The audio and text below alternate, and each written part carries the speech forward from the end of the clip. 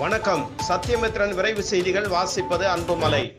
தென்காசி மாவட்டம் தென்காசி வட்டம் இளஞ்சி பேரூராட்சிக்குட்பட்ட பகுதியில் புகழ்பெற்ற வரலாற்று சிறப்புமிக்க சித்தரான அகத்தியர் வழிபாடு செய்த முருகப்பெருமானின் திருத்தலமாக விளங்கக்கூடியதும் அதிக அளவில் திருமண சுப நிகழ்ச்சிகள் நடத்தப்படும் திருக்கோவிலாக விளங்குகின்ற திருவிளஞ்சி குமாரர் திருக்கோவில் அருகே கடந்த 12/12/2021 தேதியிட்ட காலகட்டத்தில் ஆங்கிலேயர்களின் ஆட்சி காலத்தில் கட்டப்பட்ட பலம் வாய்ந்த கல் பாலத்தை பேரூராட்சி நிர்வாகம் இடித்து அப்புறப்படுத்தினர்.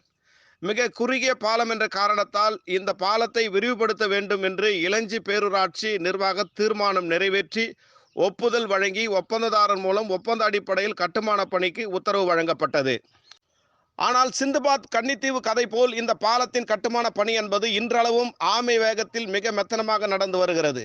கடந்த 2 மாதங்களில் இந்த பாலத்தின் வழியாக சென்ற எண்ணற்ற இருசக்கர வாகன ஓட்டிகள் பாலத்தின் அருகே உள்ள மரணக்குழி பள்ளத்தில் விழுந்து படுகாயங்களோடு தப்பித்துக் கொண்டிருக்கிறார்கள்.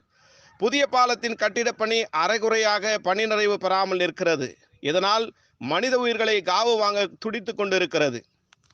இந்த புகார் குறித்து தொடர்ந்து கேள்விகள் எழுப்பி வரும் இப்பகுதியைச் சேர்ந்த சமூக ஆர்வலர்களும் ஆன்மீக அன்பர்களும் பக்தர்களும் பேரூராட்சி நிர்வாகத்தின் மீது குற்றச்சாட்டை கூறி வருகின்றனர். தற்போது இந்த வழியே இருசக்கர வாகனத்தில் வந்த ஒருவர் நிலை தடுமாறி மரண பழுகுடி பள்ளத்தில் விழுந்துள்ளார்.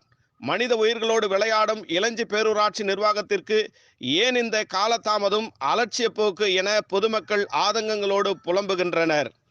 வரலாற்று சிறப்பு வாய்ந்த பிரதான முருகன் கோவில் இங்கே அமைந்துள்ளது.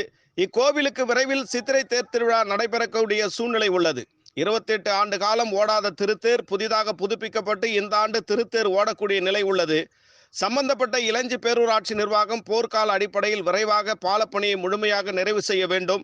பொதுமக்கள் எவருக்கேனும் உயிர் சேதம் ஏற்பட்டால் அதற்கு இளஞ்சி பேரூராட்சி நிர்வாகமும் செயல் அலுவலரும் தான் பொறுப்பு என சமூக ஆர்வலர்களும் பொதுமக்களும் தொடர் குற்றச்சாட்டை முன்வைக்கின்றனர்.